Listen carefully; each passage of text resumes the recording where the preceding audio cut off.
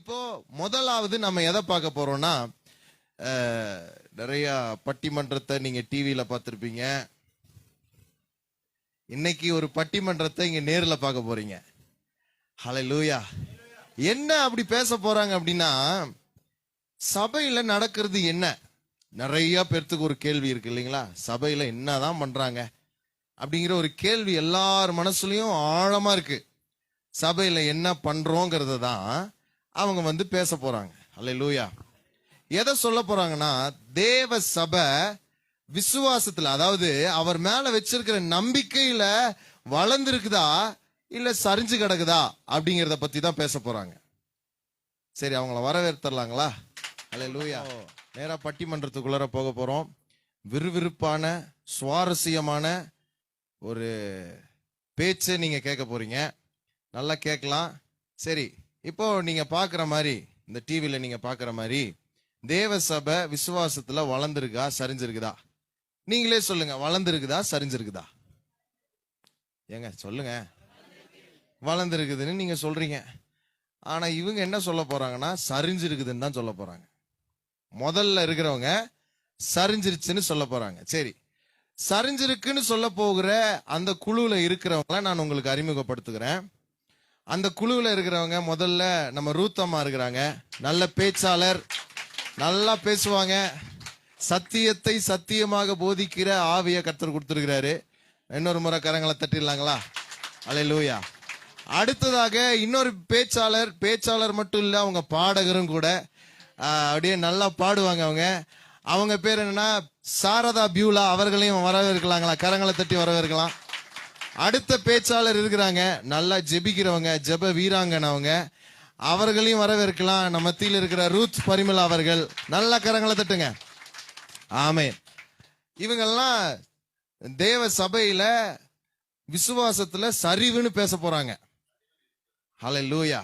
அடுத்து இல்ல அப்படியெல்லாம் கிடையாது, இவங்க சும்மா டூ போட்டுட்டு இருக்கிறாங்க அப்படின்னு சொல்லி இன்னொரு டீம் பேச போறாங்க. அவங்க யாருனாக்க, இந்த இங்க உட்காந்துருக்கிறாங்க பாருங்க, இவங்க 3 பேர் தான். இவங்கள சாதாரணமா நினைச்சிடாதீங்க. சரியான போட்டி அப்படிதான் இருக்க போகுது. ஏன்னா அப்படிதான் பேச போறாங்க. இவங்களும் வளர்ச்சியேன்னு இவங்க பேச போறாங்க. இந்த டீம்ல இருக்கிறவங்கள நான் அறிமுகப்படுத்த விரும்புகிறேன். முதல்ல நல்ல பேச்சாளர், நிறைய பேர்த்துக்கு தெரியும், நல்ல பேச்சாளர், அதோட இப்ப பாடகராகவும் மாறி இருக்கிறாங்க. அவர்களை கரங்களை தட்டலாங்களா? அவங்க பேர் ராணி மதலமேரி அவர்கள். நல்ல கரங்களை தட்டி எஸ். ஆமென். அடுத்தபடியாக நமது திருச்சபையில வளர்ச்சியேன்னு பேச போறது யாருனாக்க சகோதரி மாளவிகா. அவங்களும் நல்ல பாடகர், நல்ல ஜெப வீராங்கனை. நல்லா கரங்களை தட்டி வரவேற்கலாங்களா? அவங்களும் நல்ல பேச்சாளர். சூப்பர். அடுத்து இவங்களை பத்தி உங்களுக்கு சொல்லவே வேணாம், நல்லா தெரியும். சூப்பரா பேசுவாங்க, சூப்பரா பேசுவாங்க. எப்ப எப்படி பேசணுமோ அப்ப அப்படி பேசுவாங்க. நல்லா கரங்களை தட்டலாங்களா? நல்லா பேச்சாளர், நல்லா பாடுறவங்க, நல்லா ஜெபிக்கிறவங்க. நல்லா கரங்களை தட்டலாம். ஆகவே இன்னைக்கு ஒரு சுவாரஸ்யமான நல்ல சரிக்கு சரின்ற போட்டி நிலவ போகிறது. நீங்க எதற்கு ஓட்டு போடுறீங்கன்னு கடைசியில பார்க்கலாம். சரி, இப்ப நம்ம முதல்ல தேவ சபையில சரிவு தான் அப்படின்னு நம்ம மத்தியில் இருக்கிற ரூத்தம்மா பேசுவாங்க. என்னதான் பேசுறாங்கன்னு கேட்கலாம். கரங்களை தட்டி வரவேற்கலாங்களா?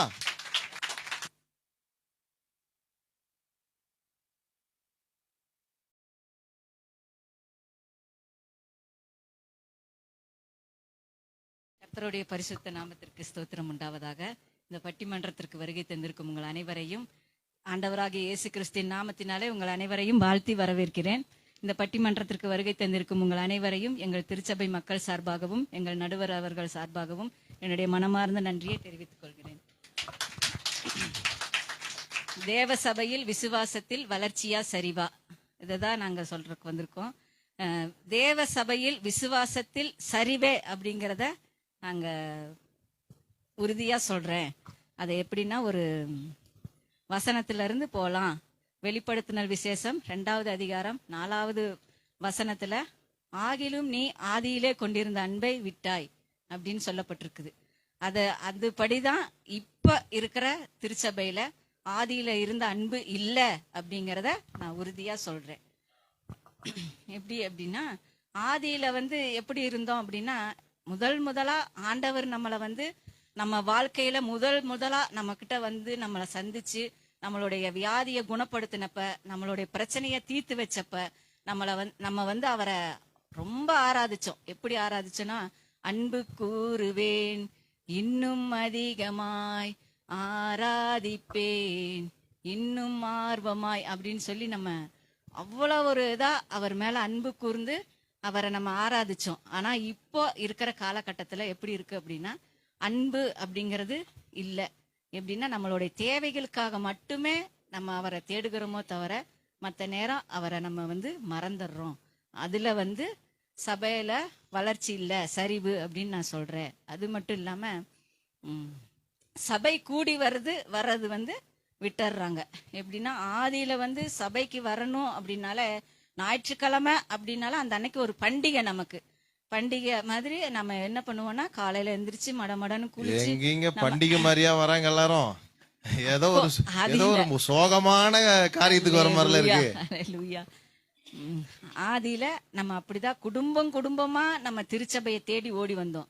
ஆனா இப்போ என்ன பண்றோம், நம்ம வீட்டுல இருக்கிற இடத்துலயே இருந்துட்டு, வேலை செய்யற இடத்துலயே வேலையை செஞ்சுட்டு, செல்போன்ல எடுத்து என்ன பண்றோம், விசுவாச குடும்பம் அப்படின்னு சொல்லி அடிச்சோன்னா விசுவாச குடும்பம் அது சேனல் வந்துருது. அது என்ன பண்றோம், உட்கார்ந்த இடத்துலயே உட்கார்ந்து ஆராதனை நேரத்துல ஆராதனை, செய்தி நேரத்துல செய்தி, ஜெப நேரத்துல ஜெபம் கேட்டுட்டு அந்த இடத்துல உட்கார்ந்த இடத்துலயே உட்கார்ந்து ஆமேன் அல்லேலூயா அப்படின்னு சொல்லிடுறோம். ஆனா சபை வந்து இப்போ எப்படி ஆயிடுச்சுன்னா செல்போனா மாறி போச்சு. ஆனா அப்போ ஆண்டவர் சொல்லியிருக்காரு, இது என்னுடைய ஜெப வீடு அப்படின்னு சொல்லியிருக்காரு. அவர் ஆராதிக்கிற இடம் தான் அவருடைய ஜெப வீடு. அந்த வீடை தேடாம இப்போ செல்போன்ல தான் நம்ம அவரை தேடிக்கொண்டிருக்கிறோம். அதுல வளர்ச்சி இல்லாம இருக்குது. அது மட்டும் இல்லாம என்னன்னா, திருச்சபையில வந்து நமக்கு பாஸ்டரையா நமக்கு சொல்றாங்க, என்ன சொல்றாங்கன்னா, ஞாயிறு ஆராதனை சரியாக 10 மணிக்கு ஆரம்பிக்கும் அப்படின்னு சொல்றாங்க. நம்ம என்ன செய்யறோம், திங்கக்கிழமையில இருந்து வெள்ளிக்கிழமை வரைக்கும் நம்ம வேலைக்கு போறோம், எல்லாம் இது பண்றோம். ஞாயிற்றுக்கிழமை ஓய்வு நாள் அப்படிங்கறதுல நம்ம ஓய்வு தேவனை ஆராதிக்க வர்றோம். எப்படி வர்றோம் அப்படின்னா 10 மணிக்கு அப்படிங்கும்போது ஆராதனை பகுதி முடிஞ்சிருது. அதுக்கப்புறம் தான் நம்ம என்ன பண்றோம்னா சபைக்கே நம்ம வரோம். அது அவசரமா வரோம். வந்துட்டு என்ன பண்றோம், அந்த செய்தி நேரத்துல ஓய்வு நேரம் அப்படிங்கறது போல அப்படியே ஒவ்வொருத்தரும் தூங்கும் கூடி செய்யறாங்க. பாஸ்டருக்கு அட்டெண்டன்ஸ் போடணும் இல்லீங்களா, அதனால அந்த மாதிரி வரோம். அதுல வந்து ஆதியில கொண்ட அன்பு இல்ல அப்படிங்கறத நான் சொல்றேன். அது மட்டும் இல்லாம பாஸ்டரையா நமக்கு சொல்றாரு என்னன்னா, இது சபையின் அறிவிப்பு நேரம் அப்படின்னு சொல்லி என்ன சொல்றாரு, வெள்ளிக்கிழமை சிறப்பு உபவாச கூட்டம் இருக்கு அப்படின்னு சொல்றாரு. நம்ம என்ன செய்யறோம் அப்படின்னா, ஆதியில நம்ம என்ன செஞ்சோம்னா, உபவாச கூட்டம் அப்படின்னா நம்ம ஆர்வமா நம்ம அவரை தேடுறதுக்காக உபவாச கூட்டத்துக்கு நம்ம வந்தோம். ஆனா இப்போ நம்ம எதை ஆர்வமா தேடுறோம் அப்படிங்கறது பார்க்க போனா, நம்ம உலக காரியத்தை தான் நம்ம ஆர்வமா தேடுறோமோ தவிர தேவனை நம்ம தேடுறத விட்டுட்டோம். அதுல வந்து சபை சரிவுல இருக்குது. அதுவும் இல்லாம என்ன 2வது வாரத்துல அதே மாதிரி பாஸ்டரையா என்ன சொல்றாங்க, இது சபையின் அறிவிப்பு நேரம் அப்படின்னு சொல்லி என்ன சொல்றாங்கன்னா, வெள்ளிக்கிழமை, சனிக்கிழமை, ஞாயிற்றுக்கிழமை ஆகிய 3 தினங்களும் சிறப்பு உபவாச கூட்டம் நடைபெறும். ஞாயிற்றுக்கிழமை ஆராதனையோடு திருவிருந்து ஆராதனையும் நடைபெறும் அப்படின்னு சொல்றாங்க. ஆனா நம்ம அதுக்கு அனைவரும் வந்து கலந்து கொள்ளுங்க அப்படின்னு சொல்றாங்க. ஆனா நம்ம என்ன செய்யறோம், வெள்ளிக்கிழமை வர்றதில்ல, சனிக்கிழமையும் வர்றதில்ல, ஞாயிற்றுக்கிழமை வரோம். வந்தாலும் அது எதுக்காக வரோம் அப்படின்னா திருவிருந்து ஆராதனை அப்படிங்கறக்காக நம்ம அந்த அன்னைக்கு வந்துடுறோம். அந்த அன்னைக்கு மட்டுமே நம்ம ஆண்டவரை வந்து நினைச்சு பாக்குறோம். என்னன்னா, ஆண்டவர் என்னோட வியாதியை குணமாக்குனாரு, என்னோட பிரச்சனையை நீக்கி போட்டாரு, எனக்காக மரித்தாரு, எனக்காக உயிர்த்தாரு அப்படிங்கறத அந்த நாள்ல மட்டும்தான் நினைக்கிறோமோ தவிர மத்த நாள்ல அவர் நம்மளை எதற்காக அழைக்கப்பட்டாரு அப்படிங்கறதையே நம்ம நினைச்சு பார்க்காத அளவுக்கு உலக காரியத்து மேலேயே நம்ம நோக்கமா இருக்கிறோம். அதுல சபை சரிவுல இருக்குது. சரி, அது மட்டும் இல்லாம நமக்கு சொல்றாரு பாஸ்டரையாங்க சொல்றாங்க எப்படி அப்படின்னா, நம்ம திருச்சபையில 40 நாள் சிறப்பு உபவாச கூட்டம் நடைபெறும். அனைவரும் வாங்க, வந்து கலந்து கொள்ளுங்க, ஆண்டவரோட ஆசீர்வாதத்தை பெற்றுக்கொள்ளுங்க அப்படின்னு சொல்றாங்க. வருத்தப்பட்டு பாரம் சுமக்கிறவர்களை எல்லோரும் நீங்கள் என்னிடத்தில் வாருங்கள், நான் இளைப்பாறுதல் தருவேன்னு சொல்லி ஆண்டவர் அவர் மூலியமா பாஸ்டர் ஐயா மூலியமா நமக்கு சொல்றாங்க. ஆனா நம்ம என்ன செய்யறோம்? அந்த வருத்தத்தையும் பாரத்தையும் நம்ம வந்து அதை தான் நம்ம நினைக்கிறோமோ தவிர ஆண்டவருடைய வார்த்தையை நம்ம மறந்து போற அளவுக்கு நம்ம இருக்கிறோம். அதுல சபை சரிவுல இருக்குது. அது மட்டும் இல்லாம பாஸ்டர் ஐயா மூலியமா நமக்கு ஆண்டவர் வந்து நமக்கு உணர்த்திட்டே இருக்கிறாரு. எப்படின்னா உபவாச கூட்டத்துக்கள்ல நமக்கு சொல்றாரு. என்ன சொல்றாருன்னா, வருத்தப்பட்டு பாரம் சுமக்கிறவர்களை நீங்கள் எல்லாரும் என்னிடத்தில் வாருங்கள், நான் இளைப்பாறுதல் தருவேன்னு சொல்றாரு. ஆனா நம்ம ஒரு 20 நாள் கூடி அதற்காக நம்ம உபவாச கூட்டத்துக்கு வர்றதில்ல. அது போச்சு அப்படின்னா மறுபடியும் பாஸ்டர் ஐயா மூலியமா ஆண்டவர் நம்மளோட பேசுறாரு. வாருங்கள், கேளுங்கள், அப்பொழுது உங்கள் ஆத்துமா பிழைத்து இருக்கும் அப்படின்னு சொல்றாரு. ஆனாலும் நம்ம என்ன பண்றோம்? ஒரு 10 நாள் கூடி நம்ம உபவாச கூட்டத்துக்கு நம்ம வராம நம்ம அதை தடை பண்ணிடுறோம். அது மட்டும் இல்லாம மறுபடியும் பாஸ்டர் ஐயா மூலியமா நமக்கு ஆண்டவர் பேசுறாரு. என்ன சொல்றாருன்னா, ஜனமே கர்த்தருடைய வார்த்தையை கேளுங்கள், ஜனமே கர்த்தருடைய வார்த்தையை கேளுங்கள் அப்படின்னு சொல்லி ஆண்டவர் நமக்கு சொல்லிக்கிட்டே இருக்காரு.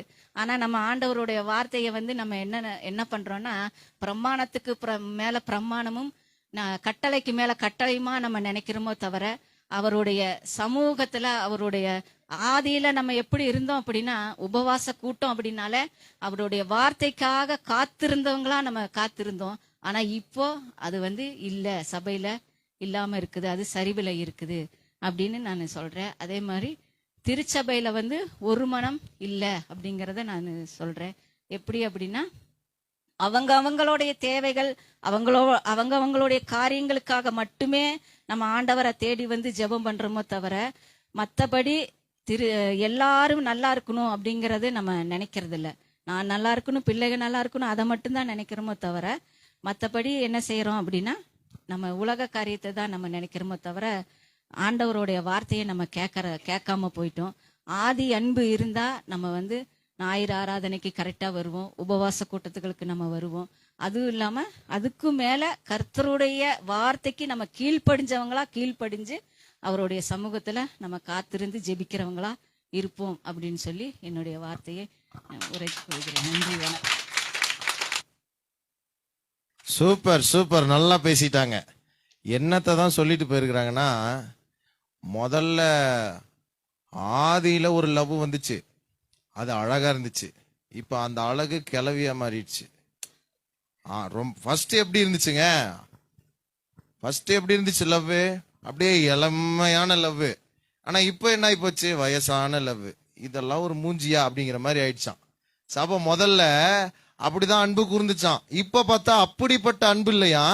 இப்போ சரி ஏதோ போறோம் ஏதோ பண்றோம் அப்படிங்கிற மாதிரி இருக்குது அப்படின்னு சொல்லிட்டு போயிட்டாங்க. இனி இவங்க நிலைமை என்ன ஆக போதோ தெரியல. சரி, நீங்க போய் என்னன்னு சொல்லி, நீங்க வளர்ச்சி தானே பேச போறீங்க, போய் வளர்ச்சின்னு சொல்லி அடிச்சு பேசிட்டு வாங்க, போங்க பார்க்கலாம். கரங்களை தட்டி வரவேற்கலாமா?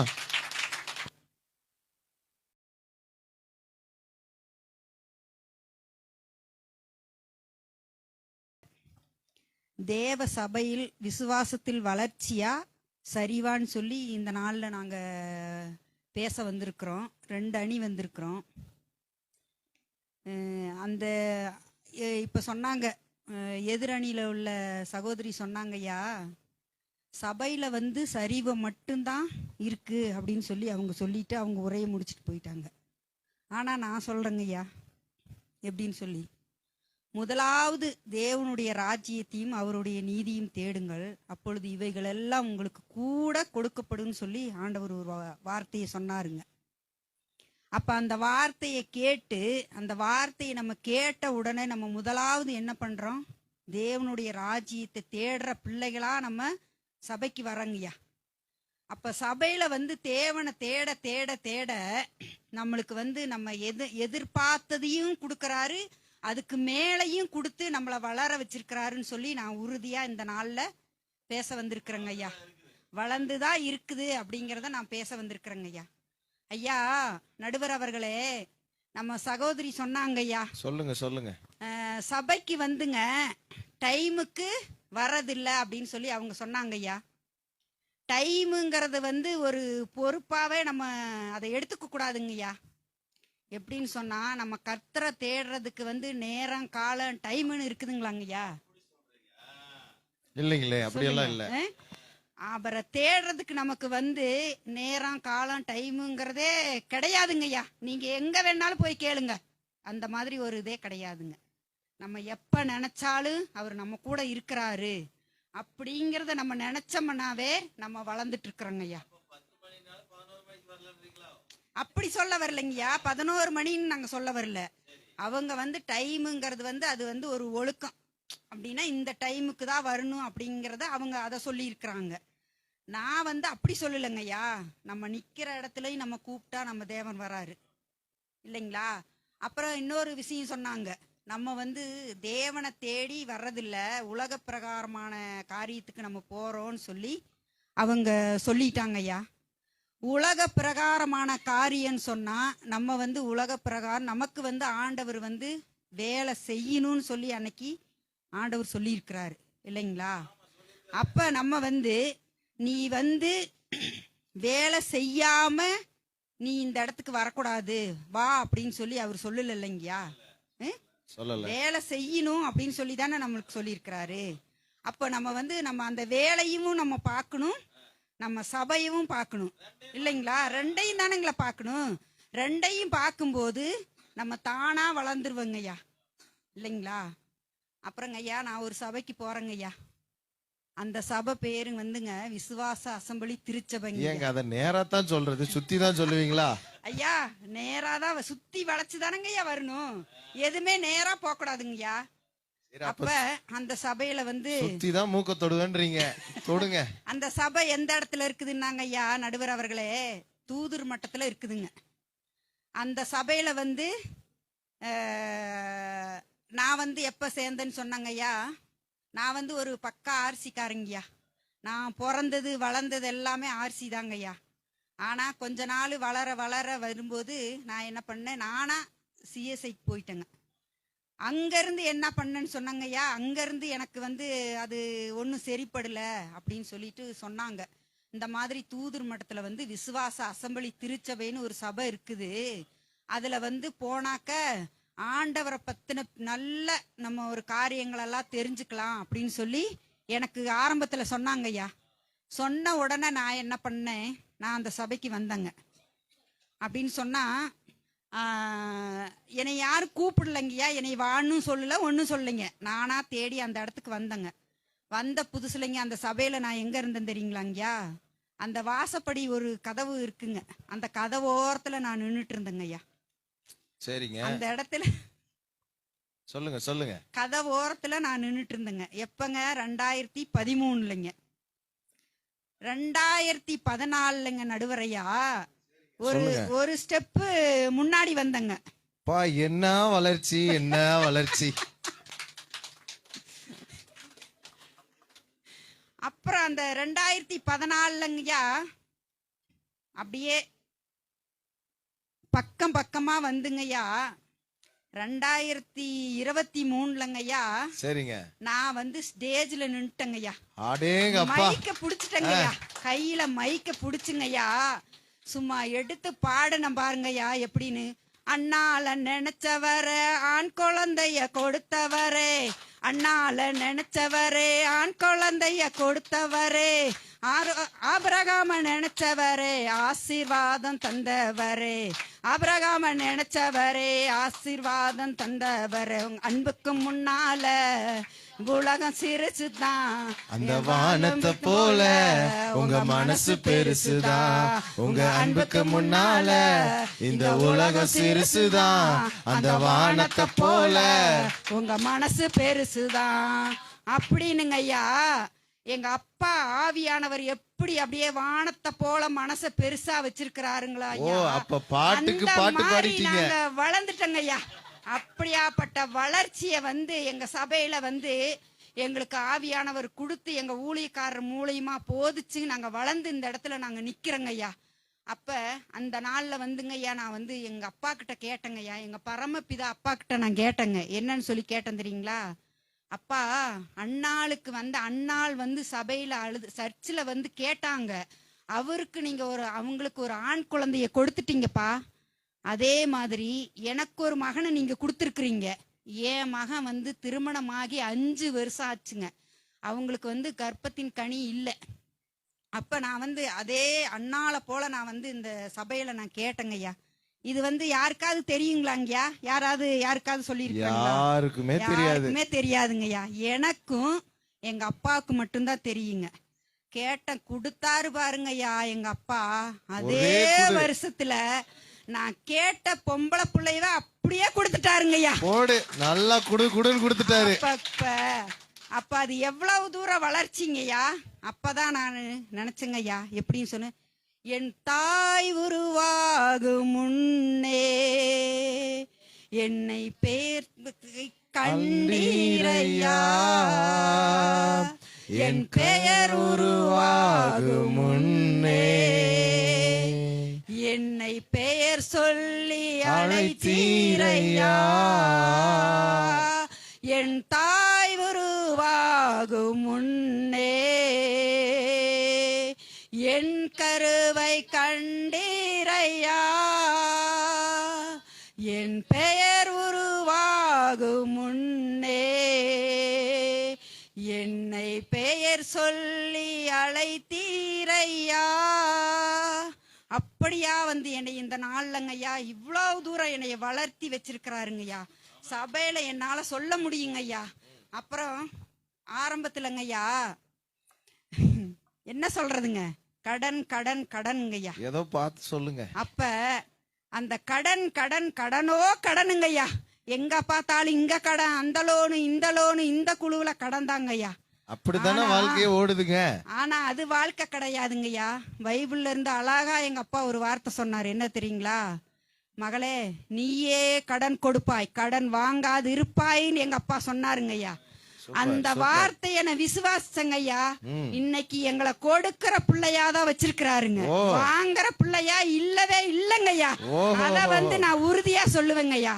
இதுக்கு பேரு தாங்கய்யா வளர்ச்சி. அப்ப அந்த மாதிரி ஆண்டவர் வந்து எங்களை வளர்த்துட்டு இருக்கிறாரு. இந்த விசுவாச அசம்பளி சபைக்கு வந்திருக்கிற அத்தனை மக்களுங்கய்யா வளர்ச்சியில தான் இருக்கிறாங்க. அம்மா சொன்னாங்கய்யா, எதிர் டீம்ல இருக்கிற சகோதரி சொன்னாங்க, செல்போன்ல வந்து எல்லாமே செல்போன்ல பார்த்துட்டு சோம்பேறித்தனமா இருக்கிறாங்கன்னு சொன்னாங்கய்யா. ஆனா அந்த செல்போனை கண்டுபிடிச்சது யாரு தெரியுங்களாங்கய்யா? நம்ம பரலோக தகப்பன் தாங்கய்யா கண்டுபிடிச்சாரு. அவரு ஒரு மனுஷனை கொண்டு அதை கண்டுபிடிச்சாருங்கய்யா. அந்த செல்போன்ல வந்து நம்ம எப்படி வேணாலும் எடுத்துக்கலாம். தேவை இல்லாதது வேண்டான்னா விட்டுறலாங்கய்யா. தேவையானது எப்படின்னு சொன்னா, உடனே நம்ம வேலை செய்யறோங்கய்யா.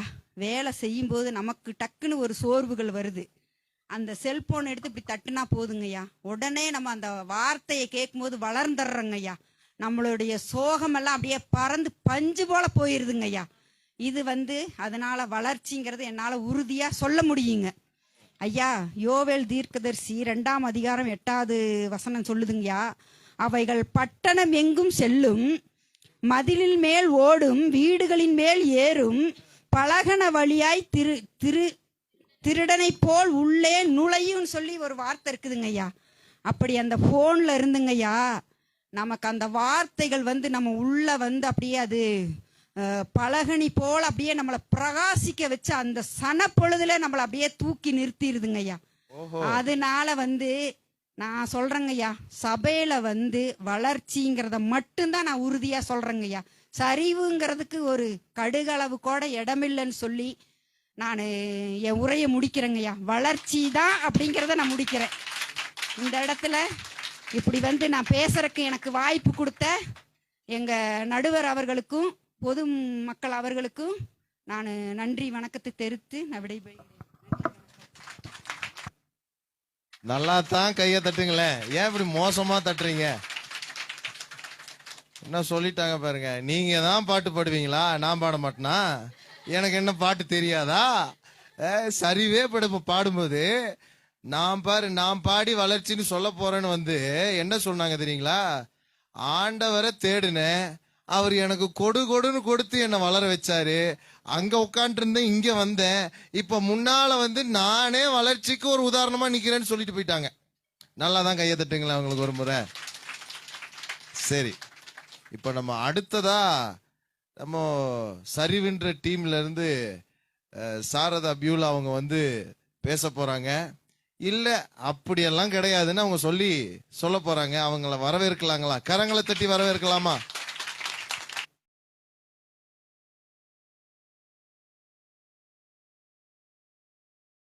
நாமத்துக்கு ஸ்தோத்திரம் உண்டாவதாக. இந்த நாளில் கிறிஸ்துவ சபைகளில் விசுவாசத்தில் வளர்ச்சியா சரிவா என்கிற இந்த பட்டிமன்றத்துக்கு வருகை தந்திருக்கும் அனைவருக்கும் என் முதல் வணக்கத்தை தெரிவித்துக் கொள்கிறேன். ஸ்தோத்திரம். கிறிஸ்துவ சபைகளில் தற்போதைய காலகட்டங்களில் வந்து விசுவாசத்தில் வளர்ச்சியை காண முடிகிறதுங்களா? இப்ப இருக்கிற காலகட்டங்களில் நீங்க அநேக சபைகள் பார்க்கிறோம். இது மட்டும் இல்ல, அநேக சபைகள் உண்டு. ஆனா கிறிஸ்துவ சபைகள்ல அதிகம் எல்லாருக்கும் தெரியும், எல்லாரும் சர்ச்சுக்கு போறாங்க வராங்க, அவங்க வாழ்ற சுச்சுவேஷன்ஸ் எல்லாமே நம்ம ஒவ்வொருத்தரும் பார்க்கிறோம். அப்படி இருக்கும் பொழுது அந்த சபைகள்ல வளர்ச்சியை பார்க்க முடியுறதுங்களா? அருமையான சகோதரி வந்து சொல்லிட்டு போனாங்க, அநேக காரியங்கள் ஜெபிச்சோம், பெற்றுக்கொண்டோம், அவங்க நிறைவான ஒரு ஆசீர்வாதத்தை பார்க்கிறோம்னு சொல்லி பார்த்து அடிச்சிடாதீங்க. அருமையான சகோதரி வந்து இப்ப பேசினாங்க. ஆனா நான் என்ன சொல்ல வரேன்னா, இப்பத்த சாகச்சரியத்துல வந்து இப்பத்த சிச்சுவேஷன்ஸ்ல வந்து சபைகளில் அதிகமான காரியங்கள் பார்க்கும்போது சரிவில் தான் வந்து நிக்கிறோம். விசுவாசத்துல மட்டும் இல்லை, கூடி ஜெபிக்கிறதுல இருந்து, ஒரு மனமாய் சேர்றதுல இருந்து, நம்ம சத்தியத்தை இந்த இடத்துல சபைகள் வந்து உட்கார்ந்து கேட்கிறோம். கேட்கிறவங்க 10 பேர் இருந்து கேட்கும்போது 2 பேர் 4 பேர் மட்டும்தான் அந்த சத்தியத்தின்படி கேட்டு நடக்கிறாங்க. மீதி இருக்கிறவங்க என்ன பண்றோம்? இந்த இடத்த விட்டு போகும்போது போற போக்கோட அப்படியே சரி விட்டுறோம். அப்புறம் ஃபீல்டுக்கு போனா வேலை இடத்துல அப்படியே மாறிடுறோம், பல்ட்டி ஆயிரும். வீட்டுக்கு போனாலும் அப்படித்தான் பல்ட்டி அடிச்சிடறோன்றீங்க. ஆமாங்க. 10% இருக்கிற இடத்துல 2-3% தான் உண்மையான வளர்ச்சியை பார்க்க முடிகிறோம். ஏன்னு சொல்லும்பொழுது இயேசு வந்து ஒரு பிரயாணமா போறாங்க. லூக்கா 10ஆம் அதிகாரத்துல நம்ம பார்க்கும் பொழுது இயேசுவானவர் வந்து ஒரு பிரயாணமா ஒரு கிராமத்து வழியா போறாங்க. அப்ப அந்த இடத்துல வந்து நம்மளை போலத்தான் மரியாள் மார்த்தாள் அப்படின்ற 2 கதாபாத்திரங்களை பார்க்குறோம். மரியாள் வந்து அநேகம் எல்லாத்துக்கும் தெரியும். மரியாள்னா எல்லா இடத்திலும் நம்ம அநேக இடத்துல வந்து மரியாளை பற்றி கேள்விப்பட்டிருக்கிறோம். ஆனால் அந்த வேதத்தில் தான் சொல்கிறது மார்த்தாள் என்று சொல்லி ஒரு கதாபாத்திரம். அந்த கதாபாத்திரம் வந்து அது கதையாக தான் நான் சொல்கிறதுனால கதாபாத்திரம் சொல்கிறோம், தப்பாக நினச்சிடாதீங்க. ஏன்னு சொன்னால் அந்த வழியாக அந்த இயேசுவானவர் கடந்து போகும்பொழுது அவருடைய அந்த போதனைகளும் அவருடைய வார்த்தைகளும் கேட்கத்தக்கதான ஒரு நிலைமையில அவரை விட்டு எடுபடாத நல்லொரு பங்கா வந்து மரியாள் மட்டும்தான் தெரிஞ்சு கொள்றாங்க. ஆனா இப்பத்த நிலைமையில சபைகள்ல மார்த்தாள்கள் தான் அதிகமா பாக்குறோம். அநேகம் பேர் பார்க்கும் பொழுது மார்த்தாள் என்னன்னு சொன்னா, நம்ம என்ன பண்றோம்? வீட்டுக்கு போனா சபைக்கு வர நேரம் மட்டும்தான். வீட்டுக்கு போனா என்ன பண்றோம்? வேலை வேலை வேலைன்னு சொல்லி 30 நாள் இருக்கிறோம். 30 நாளில் 3/4 பங்குமே வேலை வேலை வேலை. வீட்லேயும் அதே வேலை தான். அப்படிங்கிற போது நம்ம சத்தியத்தை கேட்கறதுக்கோ அதை கேட்ட சத்தியத்தை அதன்படி நம்ம நடக்கிறதுக்கோ, ஏன்னா வேதத்தில் சொல்லியிருக்கிறது சத்தியத்தை கேட்கறது மட்டும் இல்லை, அதன்படி நடந்து கொள்ளவும் அப்படின்ற சொல்லியிருக்கிறாங்க. ஆனால் நம்ம என்ன பண்ணுறோம்? அதன்படி நடக்கிறது இல்லை.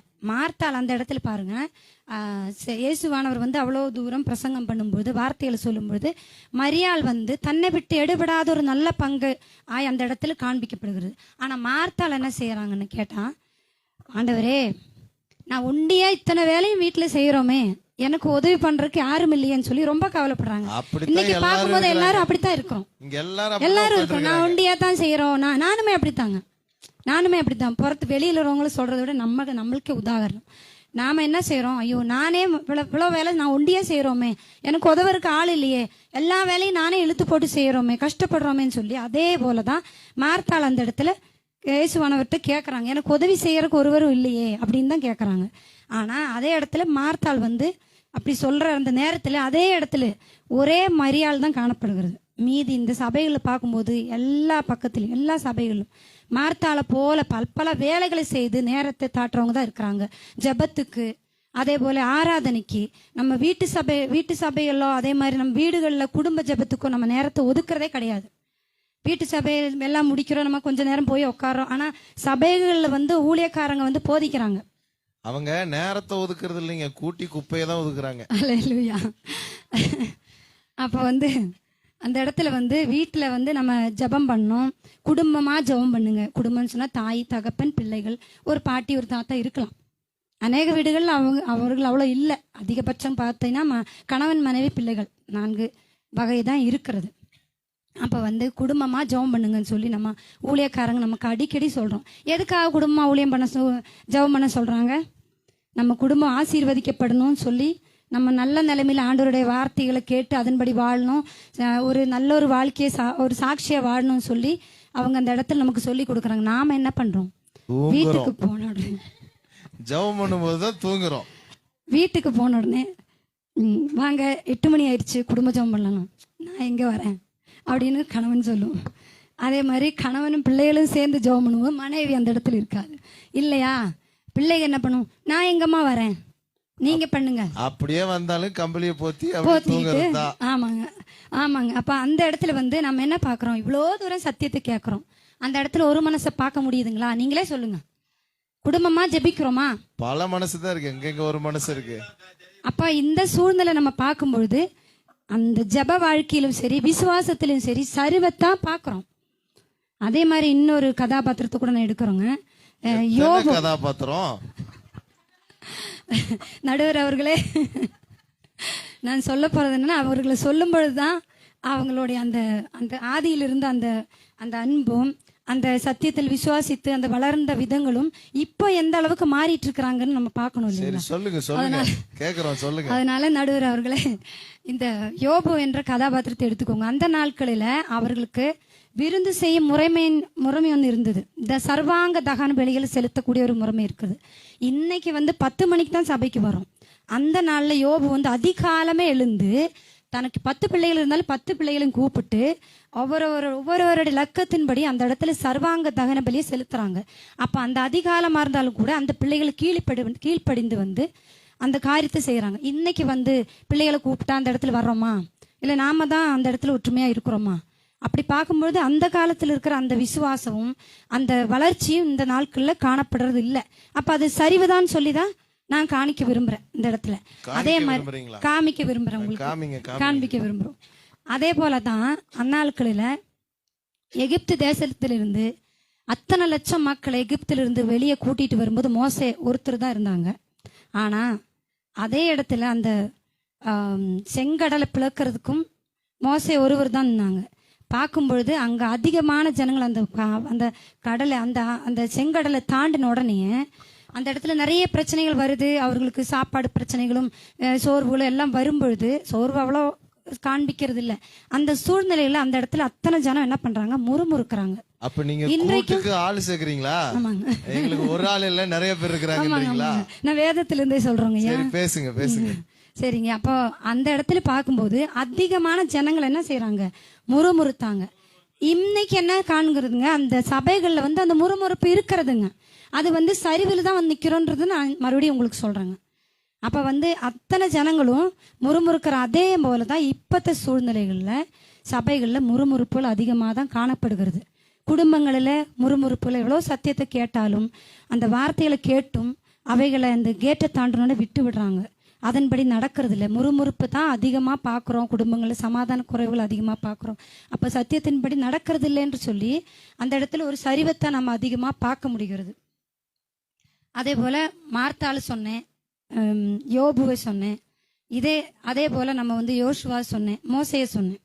அந்த 3-4 இடத்துலையுமே வந்து நடத்துகிற விதங்கள்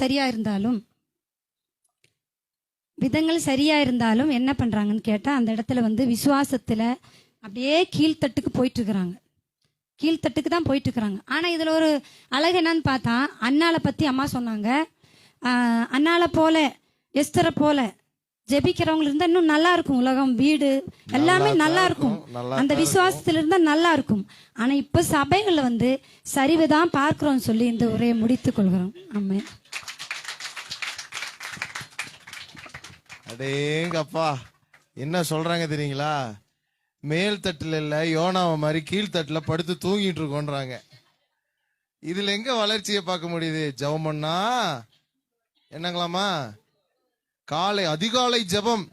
எப்பா எந்திரிங்கப்பா, எல்லாம் எந்திரிச்சு உட்கார்ந்தாக்க கம்பளியை போத்திக்கிட்டு பையன் கொர்ருங்கிறான். அங்க ஒருத்தர் தூங்குறாரு, இங்கேயும் தூங்குறாங்க. 4 பேரும் தூங்கி தூங்கி ஜெபம் பண்ணும்போது சோத்ரோ சோத்ரோ சோத்ரோ சோத்ரோ சோத்ரோ சோத்ரோ சோத்ரோ சோத்ரோ சோத்ரோ சோத்ரோ சோத்ரோ சோத்ரோ சோத்ரோ. அப்படி இப்படி ஒரு ஆட்டு, இப்படி ஒரு ஆட்டு, இப்படிதான் இருக்குது நிலைமை அப்படின்னு சொல்லிட்டாங்க. நீங்க என்ன பண்ண போறீங்க? சரி, ஏதோ ஒண்ணு பண்ணுவாங்க அவங்க, பார்க்கலாம். வரவேற்கலாங்களா? மாளவிகா அவங்கள கரங்களை தட்டி வரவேற்கலாம். வளர்ச்சியேன்னு பேச வந்திருக்கிறாங்க. நல்லா இன்னொரு முறை கூடி கரங்களை தட்டலாமே.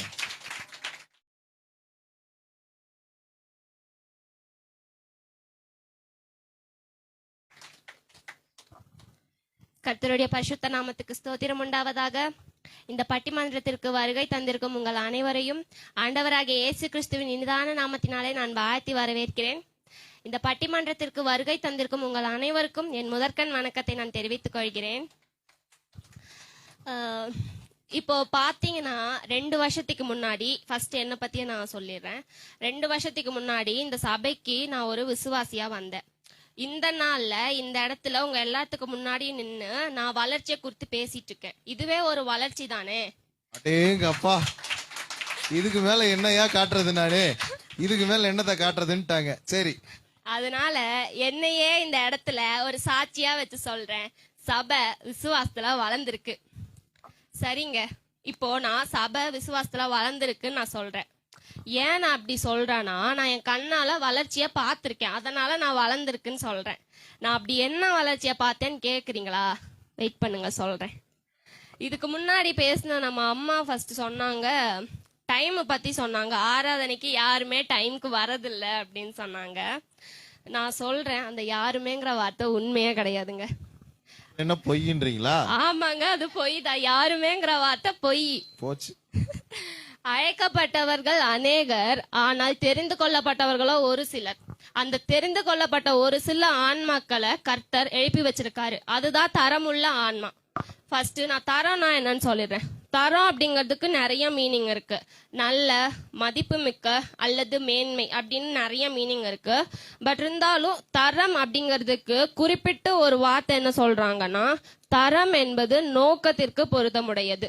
நோக்கத்திற்கு பொருத்தமுடையதுதான் தரம். எல்லாமே தரமா இருக்காது, சிலதுதான் தரமா இருக்கும். எப்படின்னா, அவங்க சொன்னாங்க மோசே ஒருத்தர் தான் அப்படின்னு சொன்னாங்க. அந்த ஒண்ணுதான் தரம். 6 லட்சம் இஸ்ரவேல் புருஷர்களுக்கு அந்த ஒரு மோசேதான் வழிகாட்டியா இருந்து நடத்தி சென்றாது. அந்த ஒரு மோசேவை தான் கர்த்தர் தரமுள்ள மனிதர் என்று அவருடைய நோக்கத்திற்காக தெரிந்து கொண்டாரு. அதுதான் தரம். தரம்ங்கிறது நிறைய இருக்காது. ஆளுக்கு ஆள் சேர்த்துக்கிறீங்க. அவங்க என்னடானாக்க நாங்க 6 லட்சம் பேர் இருக்கன்றாங்க, நீங்க என்னடானாக்க அதே மோசை எடுத்துக்கிட்டீங்க. சரி, என்னமோ பண்ணுங்க, சொல்லுங்க. ஒண்ணு, அது நீங்க எண்ணிக்கையா பாக்காதீங்க. 6 லட்சம் அதிகம், ஒண்ணு சின்னது அப்படின்னு பாக்காதீங்க. 6 லட்சத்தை விட ஒண்ணுதான் பெருசு. எப்படின்னா, அந்த 6 லட்சம் பேர் இருந்தும் ஒண்ணுமே செய்ய முடியல. அந்த ஒரு மோசேவை கொண்டு கர்த்தர் செங்கடலை பிளந்தாரு. அதுதான் தரம். அதுதான் நோக்கத்திற்கு பொருத்தமுடையது. அப்ப நீங்க என்ன சொல்றீங்க? ஒண்ணு சிங்கமா நிக்குதுங்கிறீங்க. ஆமாங்க ஐயா. சொன்னாங்க டைமுக்கு யாருமே வரதில்ல அப்படின்னு சொன்னாங்க. அது இல்ல, டைமுக்கு வராங்க. 10 மணிக்கு ஆராதனைனா காலையில 9:30 அல்லது 9:45 வந்து ஜெபிக்கிற சில தரமுள்ள ஆன்மாக்களை கர்த்தர் இந்த சபையில எழுப்பி வச்சிருக்காரு. அதை இங்க அனைவருமே பாக்குறாங்க. பைபிள் ஸ்டடிக்கு யாருமே வரதில்லைன்னு சொன்னாங்க. யாரு சொன்னா பைபிள் ஸ்டடிக்கு யாருமே வரதில்லைன்னு சொல்லிட்டு? 6:30 ஆச்சுன்னா அவங்க அதை பாக்கலையாடுறது. பாக்காதது அவங்க தப்பு. அதனாலதான் அவங்க சரிவுல இருக்காங்க. பாத்துருக்கோம், வளர்ச்சியில நிக்கிறோம் நாங்க. பாத்துருங்க, நல்லா பாத்துருங்க. 6:30 எப்ப சபாக்கிழமை ஆகும்னு சொல்லி எதிர்பார்த்து 6:30 வந்து பைபிள் ஸ்டடி அட்டன் பண்ணி அதுல சொல்ற வார்த்தையை கேட்கறதும் இல்லாம அந்த வார்த்தையின்படி வாழ்க்கையில வாழ்ந்து முன்னேறிட்டு இருக்கிற ஆன்மாக்களும் இந்த சபையில இருக்காங்க. கேட்டுட்டு சும்மா போற ஆளுங்க இல்ல, கேட்டுட்டு அதன்படி வாழ்ற ஆளுங்க தான் இங்க இருக்காங்க இந்த சபையில. அப்படிங்கறத நான் இங்க பதிவு பண்ண விரும்புறேன். ஏன்னா அது யாருக்குமே தெரிய மாட்டேங்குது. ரெக்கார்ட் ஆயிடுச்சு. நான் ஆரம்பத்திலே சொன்னேங்க, தரம் அப்படின்னா நோக்கத்திற்கு பொருத்தமுடையது. எடுத்துக்காட்டுக்கு ஃபர்ஸ்ட் நம்ம பாஸ்டரே எடுத்துக்கலாம். பாஸ்டர் வந்துட்டு ஆரம்பத்துல நம்மளை போல ஒரு மனிதன் தான். அவரு வந்துட்டு ரொம்ப ஸ்பெஷல்லா கிடையாது. நம்மளை போல அவரும் தாயின் வயிற்றில இருந்து வந்த மனிதர் தான். கர்த்தர் தாயின் வயிற்றிலே முன்குறித்தாரு அவரை. என்னன்னு, இந்த பையன் தான் என்னோட நோக்கத்திற்கு சரியா இருக்கான், இந்த பையனை தான் நான் தெரிந்து கொள்ள போறேன் அப்படின்னு சொல்லி ஆரம்பத்திலேயே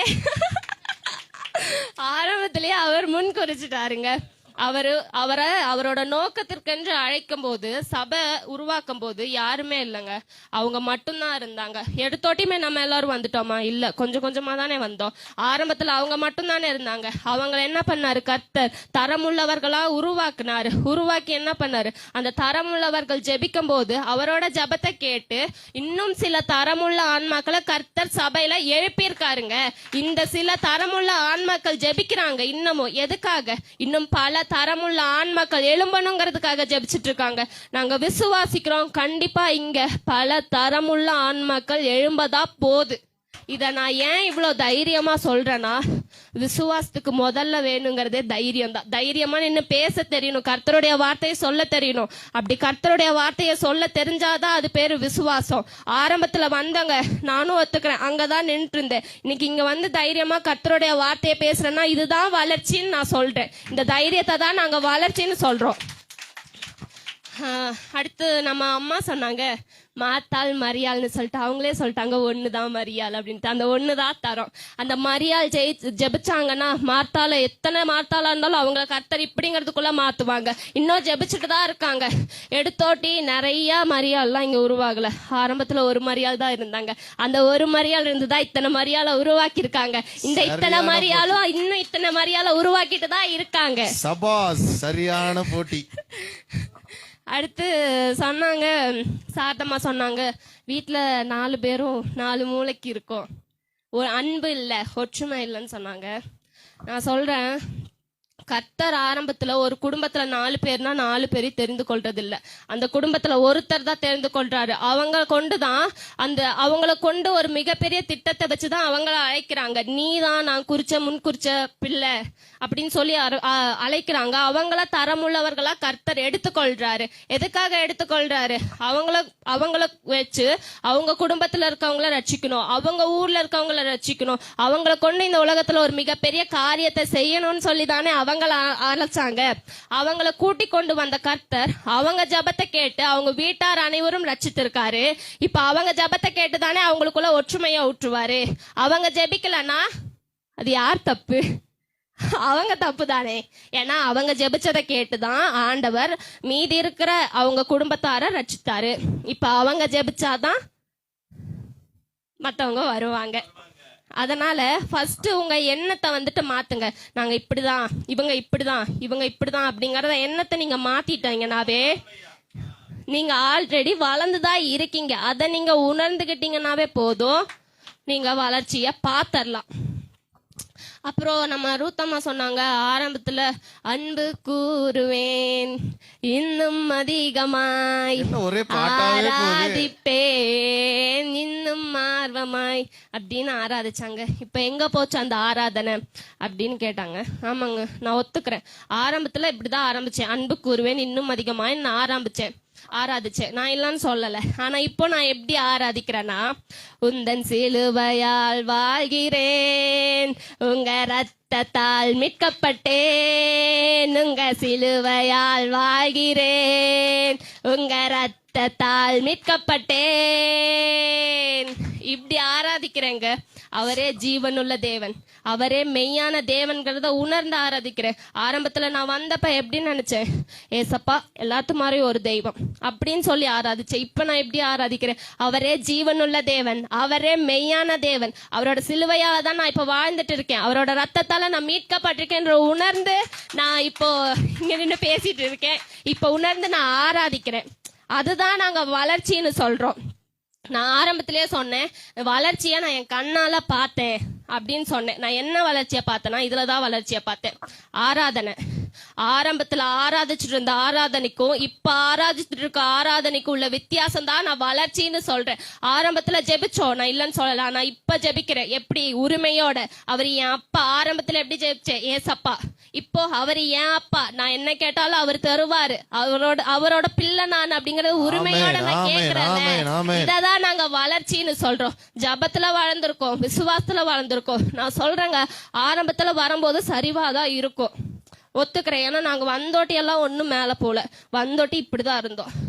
ஆனா ஆரம்பம் சரிவா இருந்தாலும் முடிவு வளர்ச்சியே என்று கூறி எனக்கு வாய்ப்பளித்தவங்கள் அனைவருக்கும் நன்றி கூறி விடைபெறுகிறேன். நன்றி, வணக்கம்.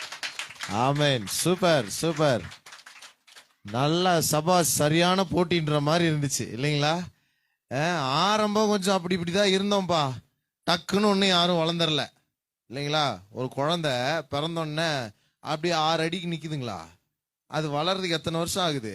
அந்த மாதிரி தான் வளர்ச்சிங்கிறாங்க. கொஞ்சம் கொஞ்சமா தான் வளர முடியும். அதுக்குன்னு டக்குன்னு எல்லாரும் வளர்ந்துட முடியுமா? சர்ச்சில் இருக்கிற எல்லாருமே எல்லாத்தையும் செஞ்சிட முடியுமா? எல்லாத்தையும் செய்ய முடியாது. கொஞ்சம் கொஞ்சமா தான் வளர முடியும். அதனால அவங்க என்ன சொல்றாங்க, தொடர்ச்சியா வந்தோம், நாங்க வளர்ந்துருக்கிறோம், நீங்களும் தொடர்ச்சியா வந்தீங்கன்னா வளருவீங்க. ஆரம்பம் கொஞ்சம் கஷ்டமா தான் இருக்கும், ஆரம்பம் கொஞ்சம் அப்படி இப்படிதான் இருக்கும், ஆரம்பம் கொஞ்சம் பிரச்சனையும் சங்கடமுமா தான் இருக்கும். ஆனா வந்து பாத்தீங்கன்னா எங்களை மாதிரி வளர்ந்துடுவீங்கன்னு அவங்க சொல்லிட்டாங்க. நல்லா தான் கரங்களை தட்டுங்களேன். ஆனா அது என்னமோ உண்மைதாங்க. அப்படி தொடர்ச்சியா வந்தா ஒரு வகையில வளர்ந்துடுறாங்க. சரி, இல்ல அப்படியெல்லாம் இல்லைன்னு சொல்லிட்டு பாருங்க, ஒரு ஒரு இதோட நின்றுட்டு இருக்கிறாங்க ரூத் பரிமளம்மா. அவங்கள கரங்களை தட்டி வரவேற்கலாங்களா? நல்லா நல்லா கரங்களை தட்டி வரவேற்கலாம். இல்லவே இல்லைன்னு அடிச்சு பேசுவாங்க பாருங்க.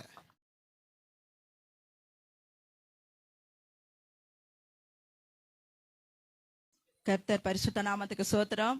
இங்க கூடி வந்திருக்கிற ஸ்மொழி சபையில, தூர்மணத்துல இருக்கிற சபையில அனைவருக்கும் என் நன்றியை தெரிவிக்கிறேன். நடுவர்களே, உங்களுக்கும் என் நன்றியை தெரிவிக்கிறேன். ஆரம்பமே அமர்கலம் தான். இங்க வந்திருக்கிற ராணிமா சொன்னாங்க, ரொம்ப நான் அங்கதான் அந்த இடம் என்ன நடுவர்களே, அது ஒரு பெரிய இடமா இருக்க மாட்டேங்குங்களே. அது எல்லாம் பட்டா போட்டு வச்சிருக்காங்களே, எல்லாம் அதே இடத்துலதான் உட்கார்றாங்க. வளர்ச்சியை பத்தி பேச சொன்னா, நான் அந்த மூலையில இருந்து தான் வந்தேன்.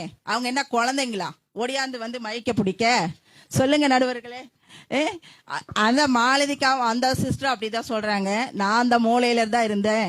அப்படி கூட கொண்டு ஓடி வந்து எப்படிங்க மைக் எடுத்து வளர்ச்சியை பத்தி பேசுறாங்க? வளர்ச்சிங்கிறதே அவங்க வளர்ச்சியை பத்தி பேசுறாங்க. ஆனா சபையில எப்படி வளர்ந்துருக்குது, வளர்ச்சி எப்படின்னு சொல்லல. அவங்க ஒவ்வொரு நாளும் வளர்ந்து இருக்கிறத மட்டும்தான் சொல்லியிருக்கிறாங்க. எனக்கு தெரியுது தரங்கிறாங்க. தரம் என்ன நகையை பத்தி பேசுறாங்களா இல்ல வளர்ச்சியை பத்தி பேசுறாங்கன்னே தெரிய மாட்டேங்குது நடுவர்களே. ஒண்ணுமே புரிய மாட்டேங்குதுங்க. இங்க வந்து சரிவு தான் நாங்க பாக்குறோம். அவங்க சொல்றதுலயே நிறைய சரிவு அதிகமா இருக்குதுங்க. அந்த இடத்துல எனக்கு அந்த இடம் தான் எனக்கு புரியல. அங்க நின்று ஒண்ணு ஜபம் பண்ணி நாங்க அந்த ஜபத்துல வளர்ந்து வந்தோம், வளர்ச்சியில வந்தோம். கடவுள் எங்களுக்கு ஒரு இந்த நன்மையை செஞ்சிருக்காருன்னு ஒரு காரணமும் சொல்லலைங்க, வளர்ச்சியை பத்தியே சொல்லல. அங்க நின்னாங்களாமா, குடுகுடுன்னு ஓடியாந்து மயக்க பிடிச்சி கர்த்தர் கொடுத்துட்டாராமா. இது சரிவுங்களா இல்ல வளர்ச்சிங்களா நடுவர்களே? சொல்லுங்க. ரெண்டாவதுங்க, மாலதிக்கா சொல்லுது தரம் தரம்னா எனக்கு மண்டையே பிச்சுக்குச்சு. என்னடா போய் பேசுறதுன்னு தெரியலைங்க. தரனா தரத்துல என்ன? முதலாவது ஜபம். இல்ல ஜனங்கள் வந்து ரட்சிக்கப்பட்டிருக்காங்க, இத்தனை பேர் கூடி வந்திருக்கிறாங்க, என்னால வந்திருக்கிறாங்க. இந்த இன்னைக்கு காலேஜ் பிள்ளைங்க என் தரத்தை சொன்ன அந்த பிள்ளைங்க வந்திருக்காங்க, அது வளர்ச்சின்னு சொல்லலாங்க. எதுவுமே இல்ல. எப்படி வளர்ச்சின்னு சொல்றாங்க மாலதி சிஸ்டர்? எனக்கு ஒண்ணுமே புரியலைங்க நடுவர்களே. ரெண்டாவது வந்துங்க, 10 மணிக்கு பிரேயர்னு சொல்றீங்க. ராணி சிஸ்டர் சொல்றாங்க நாங்க எப்ப வந்தாலும் அது கடவுளை ஏத்துக்குவாருன்னு. எப்படிங்க ஒரு ஒழுங்கு இல்லாம எப்படி அந்த அதுதானே ஒழுங்குன்னு சபைக்கு இருக்குதுங்க. 10 மணினா எது ஒரு அரை அவரு 10:30, ஏன்னா கொஞ்சம் நடந்து வர லேட் ஆகும். ஒரு 10:30 அரை அவரு. ஒரு கல்யாணம்னா முன்னாடி போய் பட்டு சேலை கட்டிட்டு நிக்கிறோமா இல்லைங்களா பஸ்க்கு வேண்டி? அதுதானே நல்லா ஜொலிக்க ஜொலிக்க நிக்கிறோம்ல. 8 மணி பஸ் போயிருமேன்ட்டு 7 மணிக்கே போய் நிக்கிறோம் பஸ் ஸ்டாண்டுல. அங்கேயே போய் குடியே இருந்துடுறோம் சில நேரத்துல. ரெண்டாவது நடுவர்களே, இன்னொன்னு தலைப்பு சொல்றாங்க. நான் ஜெபிச்சு ஒரு பேத்திய பெண் குழந்தைய கேட்டேன். நல்லதுதாங்க, நான் அவங்கள தப்பா சொல்லல.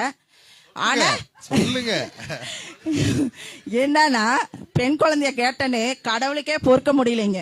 ஐயோ, இந்த அம்மா என்ன மத்தவங்களுக்கு வேண்டி ஜபம் பண்ண முடியாம டெய்லி வந்து பேத்தி வேணும்னு அழுகுதே. நம்ம எல்லாத்தையுமே இல்ல கடவுள் பார்க்கணுங்க. இந்த அம்மா ராணி சிஸ்டர் மட்டும் பார்த்தா எப்படி கடவுள்? எல்லாத்துக்குமே கடவுள் வேணும் இல்லைங்களா நடுவர்களே? நல்ல போட்டி தான். வாங்க வாங்க. சபைனா வளர்ச்சியை பத்தி சொல்லுங்கன்னா அங்க நின்னு குடுன்னு வந்து மைக்க வாங்கிட்டேங்கிறாங்க. ஜபம் பண்ண பேத்தி பிறந்தது நல்ல விஷயம் தாப்பா. உன் காரணத்துல என்ன வளர்ச்சி இருக்கு அத சொல்லணுங்க. நாங்க வந்து சரிவு தான். சரிவு வந்து ஒரு ஜபத்துல சரிவு. வேலை செய்யறோம், வேலை இடத்துல ஜபத்தை பத்தி சொல்றது இல்ல. ஆத்மா ரட்சிக்கப்படணும். அங்க வந்து வேண்டாத காரியம். நான் 5 பவுன்ல நகை எடுத்தேன், 3000 ரூபாய்க்கு புடவை எடுத்தேன். இதுங்களா வளர்ச்சி? சரிவு தானே அந்த இடத்துல பாக்குறோம். ஜபத்தை சொல்றதுக்கே மறதி ஆயிருது நடுவர்களே. அதே மாதிரி இன்னொன்னு சொன்னாங்க, செல்லுன்னாங்க. செல்லு வந்து எதுக்கு கண்டுபிடிச்சிருக்கிறது? நல்லவேளை அண்ணாள் வந்து அனுதினமும் அதான் பாட்டு, அண்ணால போல ஆலயத்தில் அனுதின ஜெயித்திடுவே, உன் துக்கம் சந்தோஷமா மாறுவரை போராடுவே. அதுல அண்ணாளே விட மாட்டீங்களே. அண்ணாள்னா அப்படி ஜெபம் பண்ணுங்க, இங்க ஒரு வளர்ச்சி இருக்கணும். அதை விட்டுட்டு செல்லுல பார்த்த செல்லு வந்து ஒரு சமயத்துக்கு தான் செல்லு. ஏதோ ஒரு ஆபீஸ்ல வேலை செய்யணுங்களா, மெசேஜ் வந்திருக்கு, பாஸ்ட் இந்த நாள்ல வந்து இப்படி ஒரு பிரேயர் பண்ணிருக்கிறாங்க, போக முடியல, அதே முட்டி போட்டு ஜெபம் பண்றாங்களே நடுவர்களே, அதுவும் கிடையாதுங்க. அதை பார்த்துட்டு சோத்திரம் அவ்வளவுதாங்க பிரேயரே. அது முடிஞ்சிருச்சுங்க. ரெண்டாவது, அவங்கள செல்லு வந்து அண்ணாள் நல்ல வேலை அண்ணாள் இருக்கும் போது செல்லு வரலைங்க. நான் கடவுளுக்கு நன்றி சொல்றேன். இல்லாட்டினா ஆலயத்துல அண்ணாள் புலம்பி ஜபம் பண்ணி ஒரு ஆண் பிள்ளைய எடுத்துருக்க மாட்டார். இப்ப மாதிரி செல்லு இருந்திருந்தா நான் கடவுளுக்கு ரொம்ப நன்றி சொல்றேன். ரெண்டாவது வந்து செல்லு வந்து கடவுள் கொடுத்தாராமா. நல்லா புரிஞ்சுக்கி நடுவர்களே. ராணி சிஸ்டர் சொல்றாங்க, கடவுள் கண்டுபிடிச்சா செல்ல கொடுத்தாரு. சொல்லுங்க. இல்ல, மனுஷன் தான் கண்டுபிடிச்சான்னு சொன்னாங்க. அதுக்கு வந்து தேவைப்படுற காரியத்துக்கு வேண்டிதான் அதை யூஸ் பண்ணணும். ஒரு 4 மணிக்கு பிரேயர்னா சாயந்தரம் பிரேயர் நீங்க 8 மணிக்கு செல்ல போட்டு கலந்துக்குங்கன்னு சொல்றீங்க. அதுல என்ன பண்றாங்க, இப்பதான் வேலைக்கே போயிட்டு வரோம், அந்த இடத்துல சரிவு காண்றோம், மறதி வருது. அப்பதான் குண்டா உருட்டுறது சட்டியை உருட்டுறதுன்னு இருக்கும். அப்புறம் நடுவர்களே இன்னொரு விஷயம் என்ன சொல்றாங்கன்னா, நான் வந்து எல்லாத்துக்குமே எல்லா டைமுக்கும் நேரம் ஒதுக்குறாங்க, எல்லா தேவையில்லாத பேசுறதுக்கு கூட டைம் வேஸ்ட் பண்றாங்க. ஆனா கர்த்தருடைய வார்த்தையை கேளுங்கன்னா அந்த இடத்துல சரிவுதான் காண்றோம். ஏன்னா அந்த இடத்துல ஜபம் பண்றதே இல்லைங்களே. பழைய ஆதியில இருந்த அன்பை விட்டதுன்னு எங்க சிஸ்டர் சொன்னது உண்மைதாங்க. ஏன்னா ஆதியில இருந்த அன்பை விட்டுட்டாங்க. ஏன்னா உங்கால இல்ல, அப்புறம் விட மாட்டீங்கல்ல. அது உண்மைதானேங்க நடுவர்களே. நீங்களே பாருங்க, ஆதியில இருந்த அன்புனா 3 நாள் பாஸ்டிங் பிரேயர்னா இதே சர்ச்சில் நாங்க 3 நாள் விடிய விடிய ஜெபம் பண்ணியிருக்கோம். உண்மையா இல்லைங்களா நடுவர்களே? ஆமாங்க, எல்லாரும் தான் ஜெபம் பண்ணாங்க. இப்ப அந்த 40 நாள் பிரேயருக்கு வாங்கன்னா ஒரு நாள் வர மாட்டேங்கிறாங்க. அது உண்மைங்களா இல்லையா? ரெண்டாவது சரிவுதான். ஏன்னா எல்லா காலத்திலயுமே சரிவுதான். போறதுல வர்றதுல ஒரு ஆத்மா வந்து ரட்சிக்கப்படுறதுல அவங்க வளர்ச்சின்னா இந்த சபையில வந்து நல்ல ஒரு வளர்ச்சி இருக்கணும். சபையிலனாவே சரிவுதான் இருக்குது. சபை பிரேயர்ல பண்றது மற்றது எல்லாத்துலயுமே மறதி சரிவு. அதனால இந்த தலைப்பை வந்து சரிவுதான் சொல்லி நான் இந்த தலைப்பை முடிக்கிறேன். நன்றி, வணக்கம். அடிச்சு உடைச்சு நொறுக்கி தள்ளிட்டாங்க.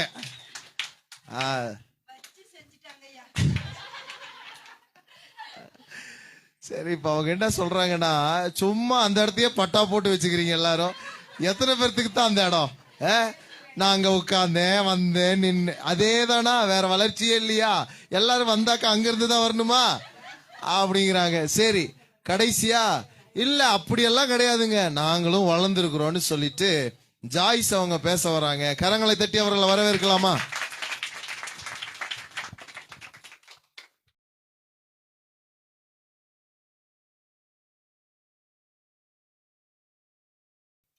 கர்த்தராகிய இயேசு கிறிஸ்துவின் நாமத்தினால இங்க வந்திருக்கிற ஒவ்வொருத்தரையும் நான் வரவேற்கிறேன். உங்களை பார்க்கறதுல எல்லாம் ரொம்ப சந்தோஷம் எனக்கு. ஆமீன். எத்தனை பேர் சந்தோஷமா இருக்கீங்க? ஆமே, எல்லாருமே சந்தோஷமா இருக்கீங்கல்ல? இன்னைக்கு வந்துட்டு தேவ சபையில விசுவாசத்துல வளர்ச்சி மட்டும்தான் இருக்கு, சரிவுங்கிற வார்த்தைக்கு இடமே இல்லை அப்படிங்கிறத பேசுறத பத்தி நான் வந்திருக்கேன். எல்லாருமே பாட்டு பாடினாங்க, அன்பு கூறுவேன் இன்னும் அதிகமாய் அப்படின்னு சொல்லிட்டு சர்ச்சில் வந்து கையை தூக்கி பாடுறாங்க அப்படின்னு. ஆனா இப்ப எப்படி மாறிடுச்சுனாக்கா, நான் இயேசுவை காதலிக்கிறேன்னு மாறிடுச்சு. ஏன்னா டைமே இல்ல, போன் பேசுறத பாத்திருக்கீங்களா? லவ் பண்றவங்கள நைட்டும் போன் பேசுவாங்க. சாப்பிட்டியா? காலையில கேட்டாலும் சாப்பிட்டியா? மதியம் கேட்டாலும் சாப்பிட்டியா?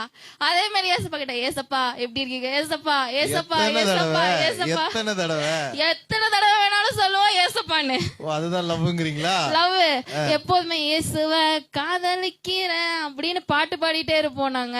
ஏன்னா வந்து சர்ச்சில் உயர்த்தி அன்பு கூறுவேன் மட்டும் பாடுறது கிடையாது, எப்போதுமே லவ் பண்ணிட்டு தான் இருக்கிறோம். அதே மாதிரி அன்புல வந்துட்டு தன்னை போல் பிறரையும் நேசின்னு சொல்லியிருக்காங்க. நான் மட்டும் சர்ச்சுக்கு வந்தா பத்தாதுன்னு சொல்லிட்டு என்ன பண்றோம், நம்ம குடும்பத்துல இருக்கிறவங்களுக்காகவும் ஜெபம் பண்றோம், பக்கத்துல இருக்கிறவங்களுக்காக ஜெபம் பண்றோம், தேசத்துல இருக்கிறவங்களுக்காக ஜெபம் பண்றோம். அவங்க நல்லா இருக்கணும், இவங்க நல்லா இருக்கணும், ஊரு நல்லா இருக்கணும், தேசம் நல்லா இருக்கணும், வளர்ச்சி நல்லா இருக்கணும்னு சொல்லி எல்லாத்துக்காகவுமே ஜெபம் பண்றோம். அப்ப அது அன்பு தானேங்கயா? ஆமா, கண்டிப்பா அது அன்புதான். அன்பு இல்லாம சொல்ல முடியுங்களா? அன்பு இருக்கிறனால தான் ஜெபிக்கிறீங்க. எது ஒருத்தவங்க பிடிக்கலனாக்கா அவன் நல்லா வரணும்னு சொல்லி சொல்லுவாங்களா? ஒரு அண்ணா இப்படி சொன்னாங்க. போயிருக்கும் போது, அப்பா கூட போயிருக்கும் போது சொன்னாங்க, ஏன் இந்த மாதிரி வெல்டிங் வைக்கிறவங்க ஜெபம் பண்ணுவாங்க, இந்த மாதிரி வெல்டிங் வைக்கிறதுக்கு நிறைய ஆள் வேணும்னு சொல்லி சொல்லுவாங்க. இதே மாதிரி இப்படி இருக்கிறவங்க ஒவ்வொருத்தர் வேலையிலும் என் வேலை வந்து நல்லா இருக்கணும்னு சொல்லி சொல்லுவாங்க. ஆனா நீங்க எலும்புக்கு என்ன பண்றீங்க, கட்டு போடுறீங்க. அப்ப நீங்க என்ன கடவுள்கிட்ட வேண்டுவீங்க? அப்ப வந்து அவர் சொல்றாரு, நான் என்ன ஏன் வேண்ட முடியும்? காலை உடைங்கன்னு தான் வேண்ட முடியும். காலை உடைச்சாதான் எனக்கு ஆள் வரும். ஆனா எங்கனால அப்படி சொல்ல முடியாது. ஏன்னா இயேசுன்னு சொல்றமே, இயேசு கெட்ட வார்த்தைகள் ஒன்றும் உன் வாயிலிருந்து புறப்படுவான. இயேசுவின் நாமத்தினால அவன் காலை உடைன்னு சொல்ல முடியுமா பாஸ்டர்? சொல்லவே முடியாது. இயேசுவின் நாமத்தினால அவன் காலு நல்லா இருக்கணும்னு தான் சொல்ல முடியும். அப்ப பாத்தீங்கன்னா இப்ப இருக்க காலகட்டத்துல இயேசுங்கிற அந்த ஒரு வார்த்தையில அந்த அன்பு இருக்கறனால நம்மனால என்ன பண்ண முடியலன்னா கெட்ட வார்த்தையே சொல்ல முடியல. அவன் நல்லா இருக்க மாட்டான், அவன் மோசமா போயிடுவான் அப்படிங்கிற ஒரு வார்த்தையே சொல்லவே முடியல. ஏன்னா அவரை லவ் பண்றதுக்கு டைமே இல்லை, 24 மணி நேரமும் லவ் பண்றோம். அதே மாதிரி நம்ம வந்து மரியாள் மாத்தாள் அப்படின்னு சொல்லி நிறைய பேர்த்த நம்ம பார்த்தோம். உண்மையாலுமே கிறிஸ்தவத்துல வந்து சரிவு இருந்துச்சுங்கயா, இல்லைன்னா நான் சொல்ல மாட்டேன். சரிவுங்கிற ஒண்ணு இருந்துச்சு. ஏன் சரிவுன்னு வந்துச்சுனாக்க, சர்ச்சுக்கு வந்து அரைக்கால் பேண்ட் போட்டு வந்தா நீ என்ன பரிசுத்தவானான்னு கேட்டுறாங்கய்யா. கொஞ்சம் அழகா ஹேர் ஸ்டைல் எல்லாம் வந்துட்டு இப்ப இருக்கிற பசங்க எல்லாம் ஏதோ டிவியை பார்த்து அங்க பார்த்து இங்க பார்த்து கொஞ்சம் அழகா என்ன பண்ணிட்டு வந்தாங்கன்னா ஹேர் ஸ்டைல்ல வச்சுட்டு வந்தா, நீ எல்லாம் பாவி எங்கேயாவது போயிடு, நீ இன்னைக்கு சர்ச்சுக்கு வரலதானே உன் காலை உடச்சிருவாரு கத்தர், இப்படி எல்லாம் சொல்றாங்க. அதனால என்ன பண்றது இல்ல, சர்ச்சுக்கு வரதில்ல. வரும்போது என்ன சொல்லணும், பரவாயில்ல நீ அரைக்கால் பேண்ட் போட்டாலும் சரி, முழுக்கால் பேண்ட் போட்டாலும் சரி, டிஷர்ட் போட்டாலும் சரி, என்ன ஹேர் ஸ்டைல் வச்சிருந்தாலும் சரி, சர்ச்சுக்குள்ள வந்துரு. போகும்போது முழுக்கால் பேண்டோட போவேன், அழகா தலைவரிட்டு போவேன், அழகா படிச்சுட்டு போவேன், எல்லாமே பண்ணுவேன். அதே மாதிரி 13ஆம் நூற்றாண்டுல நம்ம மார்ட்டின் லூத்தர் பத்தி நிறைய ஸ்கூல்ஸ்ல எல்லா இடத்துலயும் வாசித்திருப்போம். ஆமா ஆமா. மார்ட்டின் லூத்தர் காலத்துல இதே மாதிரிதான், நீங்க வந்து தப்பு பண்ணிட்டியா வந்து மன்னிப்பு கேளு, நீ இது பண்ணிட்டியா உன் காலை கத்தரு உடைச்சிருவாரு, நீ சர்ச்சுக்கு வரலையா உனக்கு நோய் வந்துடும், இப்படி வந்து ஒரு சில காரியங்களெல்லாம் இருந்துச்சுங்க. அப்போ என்ன பண்ணாங்கனாக்க, அங்க இருக்கிற மார்ட்டின் லூத்தர் என்ன பண்றாருனாக்க, இல்ல இது இப்படி இல்ல இது இப்படிதான் அப்படின்னு சொல்லி கத்து கொடுக்கறாரு. எப்படின்னாக்க, நீ எத்தனை பேர் வந்து கத்தர் நல்லவன்னு சொல்ல முடியும்? ஆமே, நான் சொல்றத சொல்லுங்க பாக்கலாம். கத்தரே தேவன், கத்தரே தேவன், கத்தரே தேவன். சரி விட்டியுமே சொல்லிட்டாங்க. ஒரு மனம் எங்க இல்லைன்னு சொல்றாங்க, ஒரு மனம் இங்கதான் இருக்குது, ஒரு மனம் இங்கதான் இருக்கு. இததான் ஒரு கத்துக்கு விசுவாசம் என்ன பண்ணுதுனாக்க, ஒருத்தங்களை கீழ்ப்படிய வைக்குது. ஏசப்பா மேல அன்பா இருக்கிறோமா, அப்ப என்ன பண்ணுதுனாக்கா, பெரிய என்னை விட பெரியவங்க ரூத் அம்மாலாம் என்னை விட ரொம்ப பெரியவங்க. ஐயா நான் போயிட்டு அம்மா எனக்கு டம்ளர் டீ வச்சுட்டு வாங்கன்னா உடனே என்ன பண்றாங்கன்னா வச்சுட்டு, ஏன்னா விசுவாசம் என்ன பண்ணுதுன்னா கீழ்ப்படிய வைக்குது. அதே மாதிரி நான் உடம்பு செல்லாம் படுத்துட்டேன்னா வச்சுக்கோங்களேன், சாரதமா என்ன பண்றாங்கன்னா விடிய விடிய ஜெபம் பண்றாங்க. நான் குளக்கம்மைக்கு வரணுங்கிறதுக்கு வேண்டி சபையே ஜெபம் பண்ணுது. அப்படி என்ன பண்ணுதுன்னா ஜபத்துல வந்து உன்ன என்ன பண்ணுதுனாக்க, ஜெபிக்கணும் அப்படிங்கிற ஒரு ரூல்ஸ் கொண்டு வரல. எனக்கா என்னுடைய பொண்ணு என்ன பண்ணும் நல்ல நிலைமைக்கு வரணுங்கிறதுக்கு அந்த ஜப நேரம் என்ன பண்ணுதுன்னா அதிகமாகுது. 8 மணிக்கு தான் ஜெபிக்கணும்னு சொன்னாக்க 8 மணிக்கு ஃபர்ஸ்ட் என்ன ஃபர்ஸ்ட் பண்றது? பைபிள் என்ன சொல்லுதுன்னா, போய் சாப்பிட்டுட்டு வந்து திருவிருந்து எடுன்னு சொல்றாங்க. திருவிருந்துக்கே அப்படி சொல்றாங்கன்னா சாப்பிடும் போது ஃபர்ஸ்ட் தான் என்ன ஃபர்ஸ்ட் பண்றது? சாப்பிட்டுட்டு தானே வர முடியும். அந்த மாதிரி ஜபம் என்னன்னா அதிகமாகுது. விசுவாசத்துல வீழ்ச்சியில நம்ம போகவே இல்லை. அதே மாதிரி நம்ம சொன்னாங்க 10 பேர்த்த கூட்டிட்டு வந்தாதான். இன்னைக்கு நான் சொல்றேன், இங்க இருக்கிற ஒருத்தரும் பேசுற ஒரு வார்த்தைகளும் அவங்களுடைய வேலை ஸ்தலத்துல அவங்களுடைய இருக்கிற இடத்துல வளர்ச்சியை கொண்டு வருது. எப்படின்னா, நீங்க சொல்ற இயேசு நல்லவர், உங்களுக்கு சுகத்தை தருவான்னு நீங்க சொல்லிட்டு வந்துடுறீங்க. அவங்க சுகம் பெற்றிருக்கிறத நீங்க பார்த்துருக்கீங்களா? நான் பார்த்துருக்கேன். அதே மாதிரி நீங்க போற இடத்துல என்ன பண்றீங்க, உங்க கடனு மாறும்னு சொல்லிட்டு வரீங்க. அந்த கடன் என்ன பண்ணுதுன்னா மாறுது. கடன் கொடுக்க வைக்கிறவங்களா மாற்ற வைக்குது உங்களை. அப்படிப்பட்ட ஒரு வாழ்க்கைக்குள்ள கொண்டு போயிருக்கு. அதனால விசுவாசம் வந்து வீழ்ச்சியில போல, விசுவாசம் வந்து வளர்ச்சியில தான் வந்திருக்கு. ஏன்னாக்க நான் முதல் சொன்னது போல கெட்ட வார்த்தை பேசுறோம் நம்ம நிறையா. என்னன்னா, நீ ஜெபிக்கிறது இல்ல, நீ வந்து நல்லவன் கிடையாது, நீ மோசமானவன், ஒன்னத்துக்கும் ஆகாதவன், அப்படி இப்படின்னு சொல்லி பேசுறது என்ன பண்ணுதுனாக்க, கெட்ட வார்த்தை நிறைய பேசுறதுனால சரிவிலையே போயிட்டு இருக்குதுங்கய்யா. அதனால என்ன பண்ணணும்னா, இனிமேல் வளர்ச்சியை மட்டும்தான் பேசணும். தரிசனமின்மையால் ஜனங்கள் சீர்கெட்டு போனார்கள். இன்னைக்கு தரிசனம் வளர்ச்சியா மாறிடுச்சுன்னா சரிவுங்கிற வார்த்தைக்கு இடமே இல்லை, அது அகராதிலே இல்லாம ஆயிடும் நான் நினைக்கிறேன். அதனால வளர்ச்சி மட்டும்தான் இருக்கு அப்படிங்கிறத நான் உறுதியா சொல்றேன். 10 பேர்த்த கூட்டிட்டு வந்தாதான் இல்லை. ஏன்னா ஒரே நாள்ல நீங்க சொன்னது போல இங்க பூஜ்ஜியம்னு தான் வைக்குவாங்க.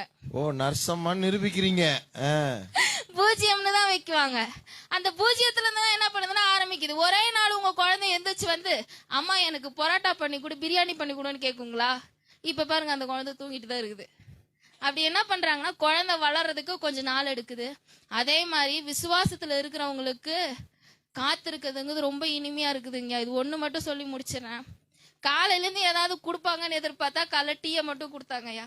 சரி, மதியம் ஏதாவது போடுவாங்கன்னு பார்த்தா திருப்பி கஞ்சியவே கொடுத்தாங்க.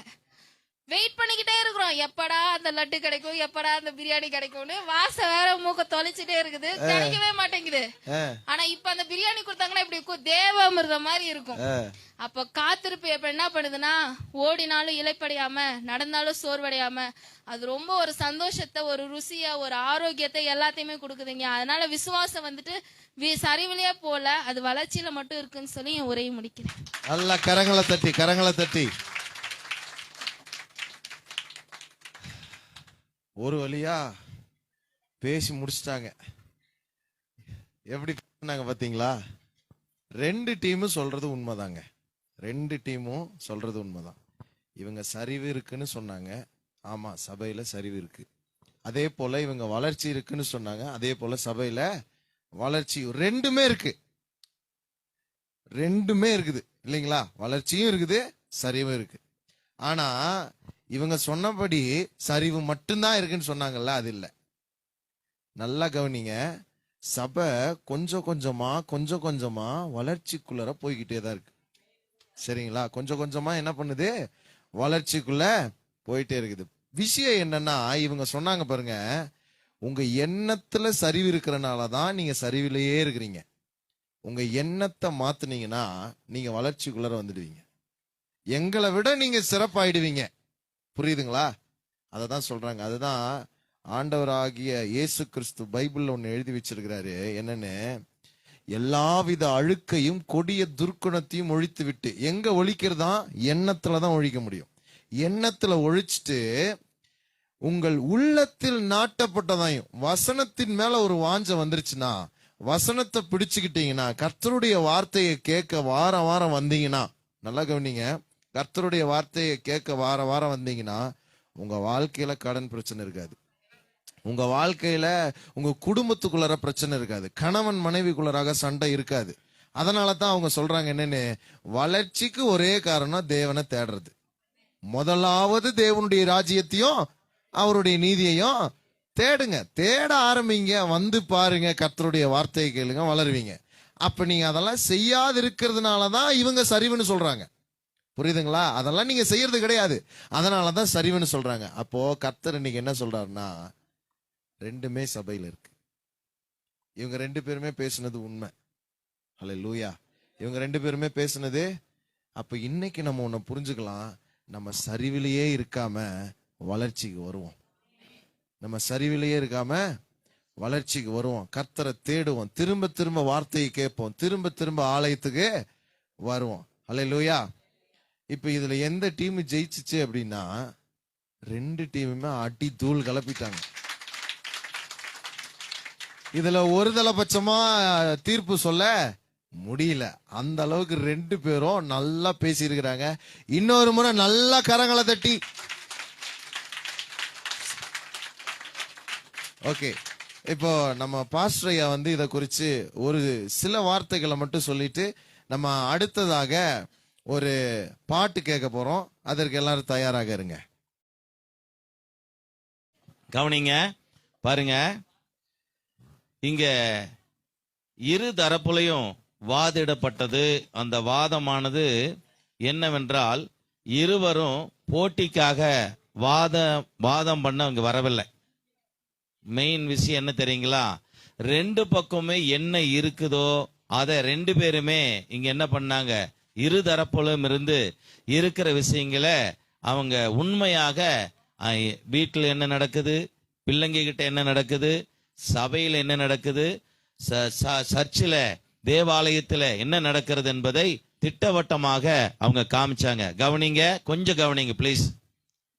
அப்போ இந்த ரெண்டு பக்கமே இருந்து இன்னைக்கு பரிமாறப்பட்ட இந்த விஷயங்கள்ல எங்க குறை இருக்குது அப்படின்னு சொல்லி அதையும் அருமையாக அவங்க காமிச்சாங்க. எங்கெங்க குறை இருக்கு, எங்கெங்க சரிஞ்சு இருக்கு, எங்கெங்க எதை சரி பண்ண வேண்டியது இருக்குது அப்படிங்கிறத அருமையா அந்த சரிவு டேபிள்ல இருந்து அவங்க எடுத்து கொடுத்தாங்க. பாத்தீங்களா? அதை எடுத்து கொடுத்தவங்க இவங்க எந்தெந்த இடத்துல எப்படியெல்லாம் வளர்ந்துருக்கு, எப்படியெல்லாம் மேலோங்கி வந்திருக்கு அப்படிங்கிறத இந்த வளர்ந்த டீம்லயும் அவங்களும் அதை எடுத்து கொடுத்தாங்க. ஆனா இப்போ இரு தரப்பிலும் இருந்து என்ன காமிக்கப்படுகிறது என்றால், தேவ ஆலயத்திலே தேவ சபையிலே இரு தரப்பிலும் இருந்து தேவனுடைய நாமத்தினாலே சபையை குறித்ததான முழு விஷயங்களையும் இருதரப்பும் பரிமாறினாங்க. இதுல நாம் எல்லாரும் கேட்டோம். ஆடியன்ஸா இருந்து நம்ம எல்லாரும் என்ன பண்ணோம், கேட்டோம். ஆனா கேட்ட நம்ம என்ன பண்ணணும், இப்போ எங்க நிக்கணும் அப்படின்னு இப்ப நமக்கு தெரிஞ்சிருக்கணும் இல்லைங்களா? எதை நம்ம சரி பண்ணணும் அப்படின்னு நம்ம தெரிஞ்சிருக்கணும். புரியுதுங்களா? ஆனா இதுல எங்க சரிஞ்சிருக்கோ அங்க அவங்க அதை காமிக்கத்தான் வந்தாங்க. அவங்க சரிவிலே இருக்கக்கூடியவங்க அல்ல. இவங்க வளர்ந்திருக்குன்னு சொல்ல வந்தவங்க இவங்க மட்டும் வளர்ந்து நிக்கிறவங்களும் அல்ல. ஆனா அவங்களும் வளர்ந்தவங்க தான்.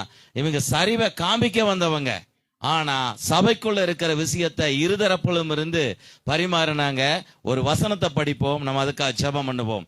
யாராவது பைபிள் எடுத்து சீக்கிரமா அந்த வசனத்தை படிங்க. யோவான் 3 யோவான் 1ஆம் அதிகாரம் 2வது வசனம். பிரியமானவனே, உன் ஆத்துமா வாழ்கிறது போல நீ எல்லாவற்றிலும் வாழ்ந்து சுகமாய் இரு என்று வேண்டுகிறேன். கேட்டீங்களா? ஒரு மனுஷன் பிரியம் இருக்கணும். அந்த பிரியம் இருந்ததுன்னா அந்த ஆத்துமா உயிர் உடம்புக்குள்ள எப்படி குடியிருந்து சந்தோஷமா வாழுதோ அப்படி அவனுடைய வாழ்க்கையிலையும் அவனுடைய உடம்புலையும் அவனுடைய செயல்பாட்டிலையும் அவனுடைய எண்ணத்திலையும் பிரியமாய் வாழ வேண்டுமாம். அல்லேலூயா. பிரியமானவனே, உன் ஆத்துமா வாழ்வதை போல எல்லாவற்றிலும் ஒன்றிலுமே குறையில்லாமல், அந்த குறையை காமிக்க வந்தாங்க அவங்க. குறையே இல்லாம வளர்ந்து நிக்கிறவங்க இப்படி வளர்ந்து நிக்குதுன்னு காமிச்சாங்க. அப்போ பிரியமானவனே, உன் ஆத்துமா வாழ்வதை போல எல்லாவற்றிலும் ஒன்றிலும் குறைவில்லாமல் வாழ்ந்து சுகமாய் இருக்கும்படி சர்வ வல்லமுள்ள தேவன் தேவ சபையிலே இதை சொல்லுகிறார். ஹல்லேலூயா, ஹல்லேலூயா. பிரியமானவர்களே, நீங்கள் எல்லோருமே பிரியமுள்ளவர்களாக, ஆமா, இந்த ஆத்துமா உயிர் வாழ்வதை போல எல்லாவற்றிலும் வாழ்ந்து சுகமாய் இருக்க கடவுள் நம்ம இரு தரத்தாரையும் கொண்டு நாம் இன்றைக்கு தெளிவுபடுத்தினார். ஹல்லேலூயா. இருதரப்பிலும் அவர்கள் வாதிட்டது நம்மளை ஆமீன் புரிந்து கொள்ளவும், நம்மை சீர்திருத்தம் செய்து கொள்ளவும், நம்மை மாற்றிக்கொள்ளவும், வளர வேண்டியதுக்கும் சரிந்து கிடக்கிறதையும் எல்லாம் ஒன்று இணைக்கவும். பிரியமானவனே, உன் ஆத்துமா வாழ்வதைப் போல எல்லாவற்றிலும் வாழ்ந்து சுகமாய் இருக்கும்படி வேண்டுகிறேன். ஆண்டவர் நம் அனைவரையும் ஆசீர்வதிப்பாராக. இரு தரத்துக்கும் நான் உண்மையில தேவ சபையிலே வளர்ச்சியா சரிவா என்று வாதிட வந்த அனைவருக்கு முன்பாக வளர்ந்து தேவ காரியத்தை கையில் எடுத்த உங்களை அதிகமாய் பயன்படுத்தும்படி வாழ்த்துகிறேன். தேவன் உங்களை ஆசீர்வதிப்பாராக. இன்னும் அநேகர் எழும்பட்டும், அநேகர் கர்த்தர் பயன்படுத்துவாராக.